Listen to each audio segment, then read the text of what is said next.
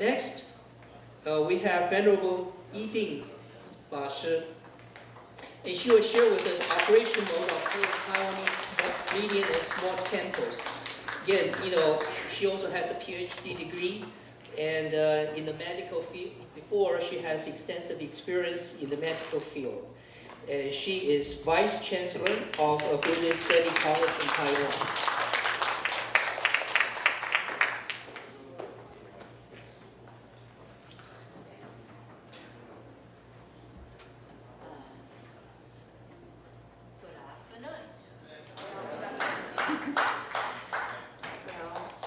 The chairman and lovely President Chen, and I think we are all friends. We're ever since year of 2000. So my first time came to the U.S. It was in 1998. Ever since I've been here for the last until 2003. So, same as Venerable Chair Ding, I was first graduation from U.S. after they passed the accreditation. So, I'm really proud of it and very, very grateful. So this time when I come back to this school, I feel like coming home. So, as Mr. Chen introducing, I had my medical background. I was a graduate from UCLA Medical School. And I was practicing in Los Angeles and Orange County for 15 years as an OB and GYN doctor and surgeon. At that time, like Dr. K, I make good money. All my goal is that I want to make more money. The more money I made, I thought I could be happier. But same thing, I wasn't living in the heaven. Because every day I was in a hospital. I thought I'd bring this baby up to the world. They should be laughing, right? Everybody's happy. But the baby's crying. And if they are healthy, I'm okay. I say, thanks. At the time, I wasn't Buddhist. So I say, thanks God. They're okay. They're alive. But if they're not doing well, I'm sad. I feel painful. I cry too. Not just that.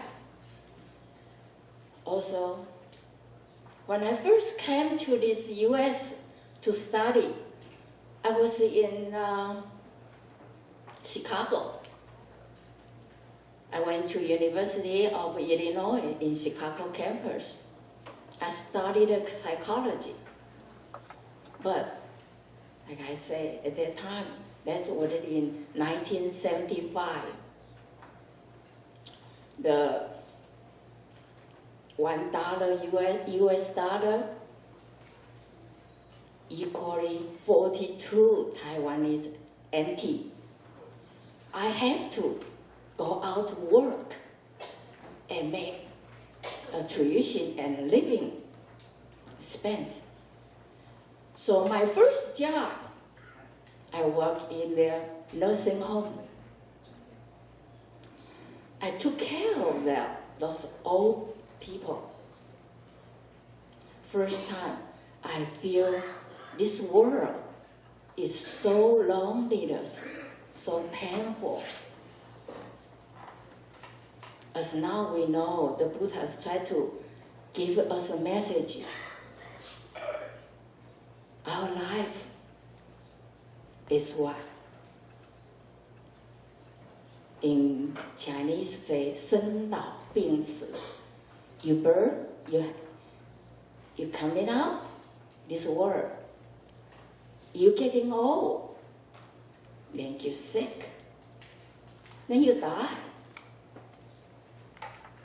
Then you reincarnate again. It's over and over.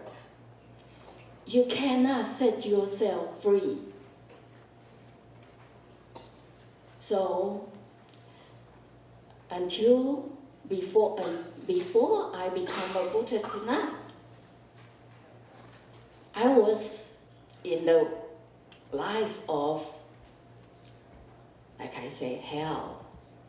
Even I make so much money, but I never get a chance or have time to spend the money that I made.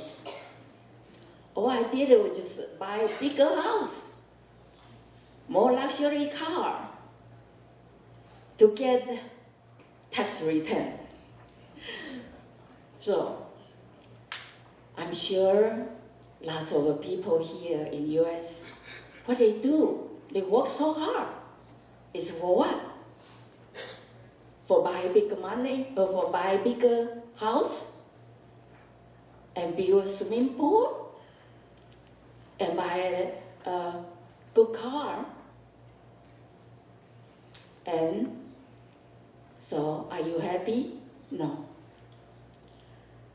So since then, I was practicing for 15 years in medicine, and I thought people working with illness, but they didn't work out. They go out by gurney. You know the gurney? It's a car. Take dead people out to the cemetery. That's gurney. Every time when I see this case, I cry. I don't know, I just cry. Because I say, I can fix them physically, but I can't save them. I cannot save their life.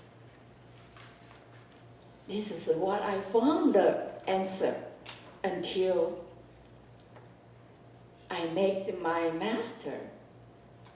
He's the most honorable native monks in Taiwan. He practiced Pure Land.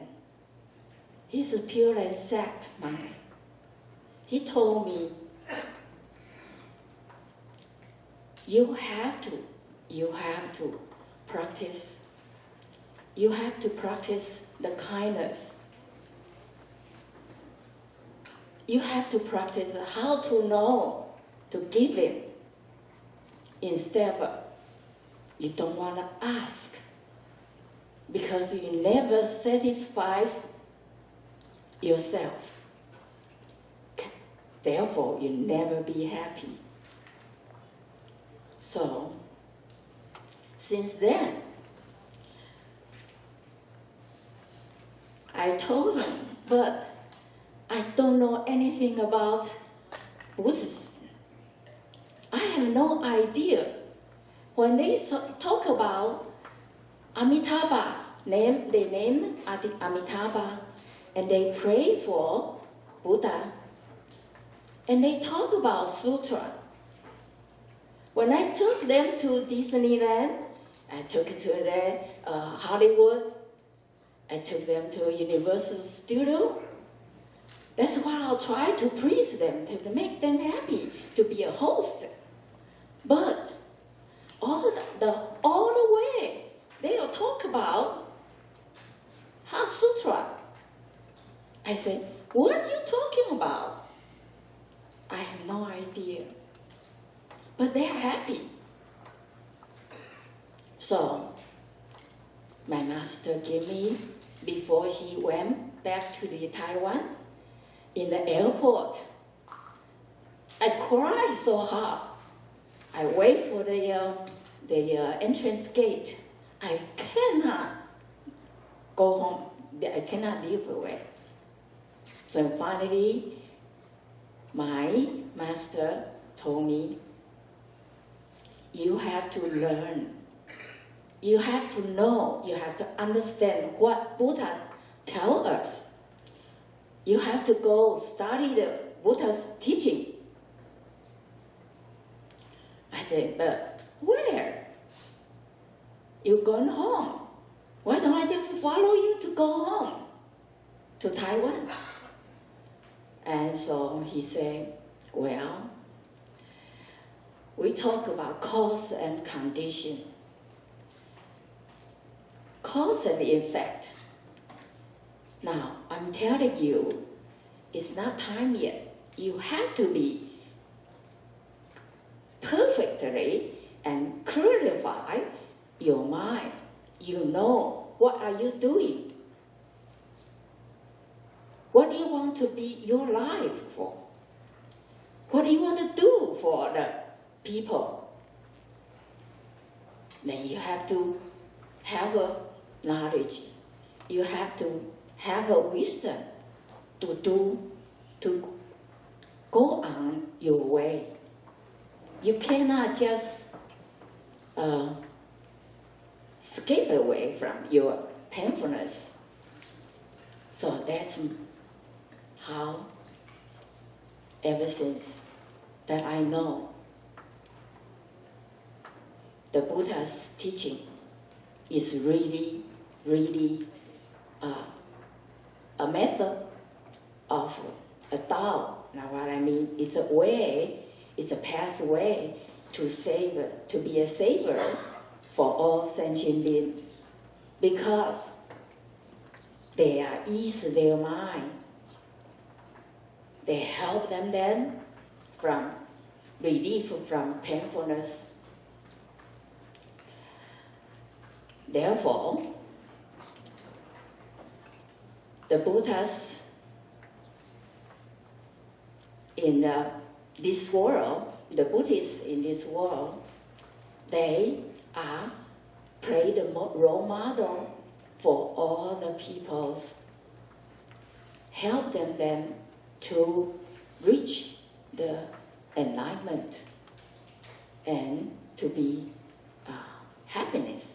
Okay, so I know this is my experience, and so I hope everybody have my lucky, same as they can following the Buddha and to save our or sentient beings. Okay. Now,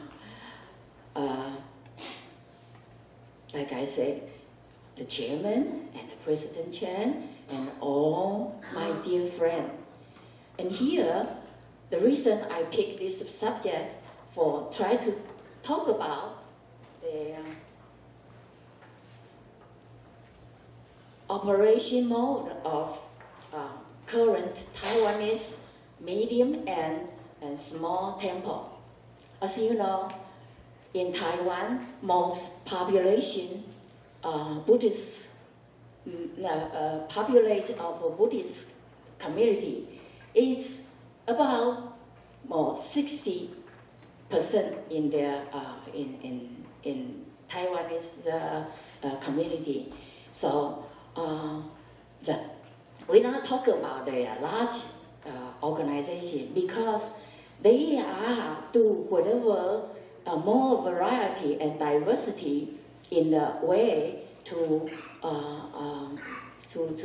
modify the whole religious thought and religious education and teachings. Now, but with the large amount of small and medium temple in Taiwan, which is 60% of within 60%, they have about 50% of it's a medium and small temples. So they are play large role model in the Taiwanese Buddhism community. So since, like I said, since the Ming and Qing dynasty, they restoring the Taiwanese the Buddhism. And the monastery, the temple developed rapidly. The temple maintains its current condition so that the keep for profit changed. Operation mode means the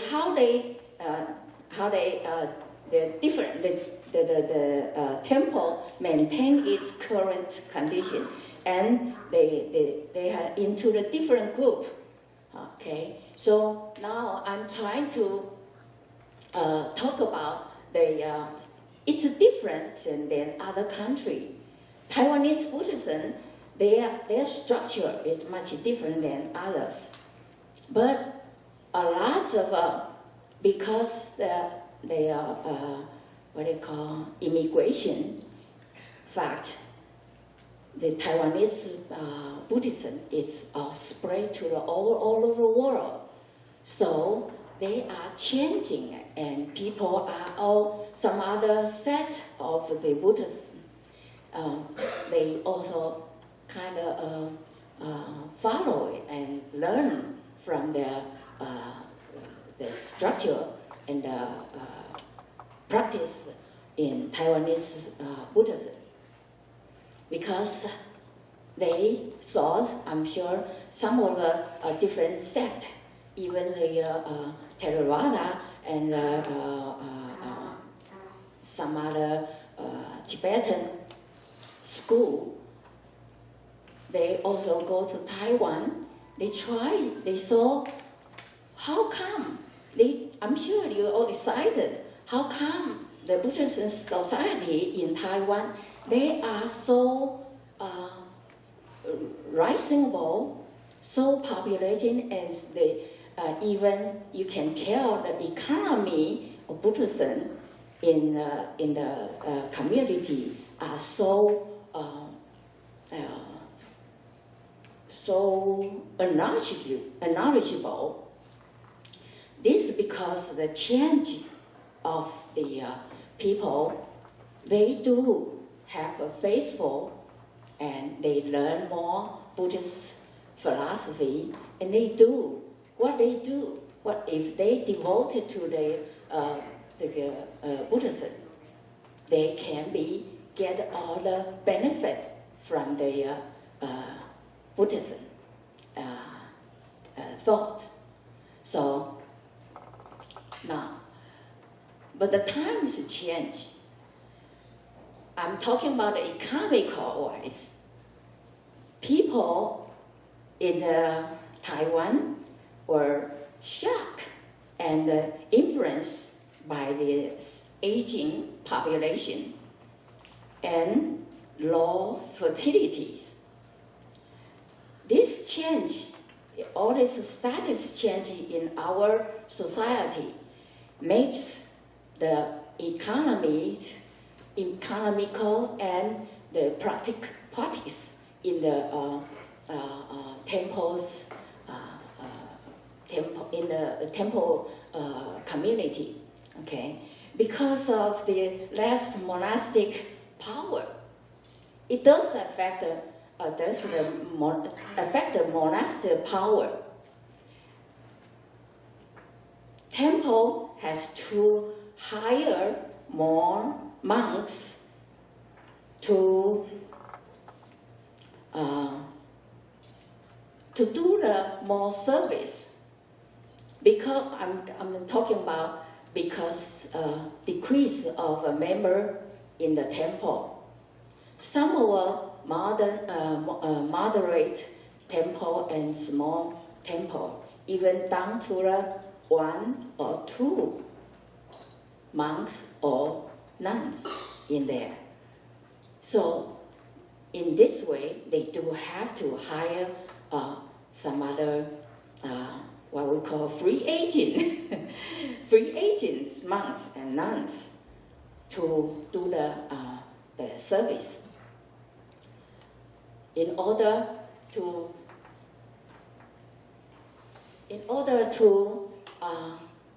helping other disciples and followers to get their need, to get their benefit. Okay, so the structure, the difference then in Taiwan, which you can see from the past the slide. They do set up a grand hall, which they have Sakyamuni statues, Medicine Buddha's statues, Amitabha statue fixed. Also, Manjusri Hall, and Semantabhastra's Hall, and Avalokitesvara Hall, and Kittigawa's Hall, and also Merit Hall and Patricia Hall. And also, they had Chance Hall to fix all the people's need, which it suits all the functional, it's all functional setting for to satisfy different group of disciples. Okay, so some of it even including the additional old traditional, old cultural gardeners. So, as you know, this is all serving for all different group of Buddhists. Now, I'm talking another one. The membership we all know has 7 groups of membership in the temple. But like I say, because the phase of the membership become less membership in there, less helper. So for the self practice in the small temple, they don't have enough team to do all the self practice.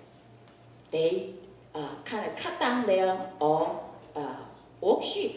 Okay, so they have to spend more time to do the servings for outside the temple.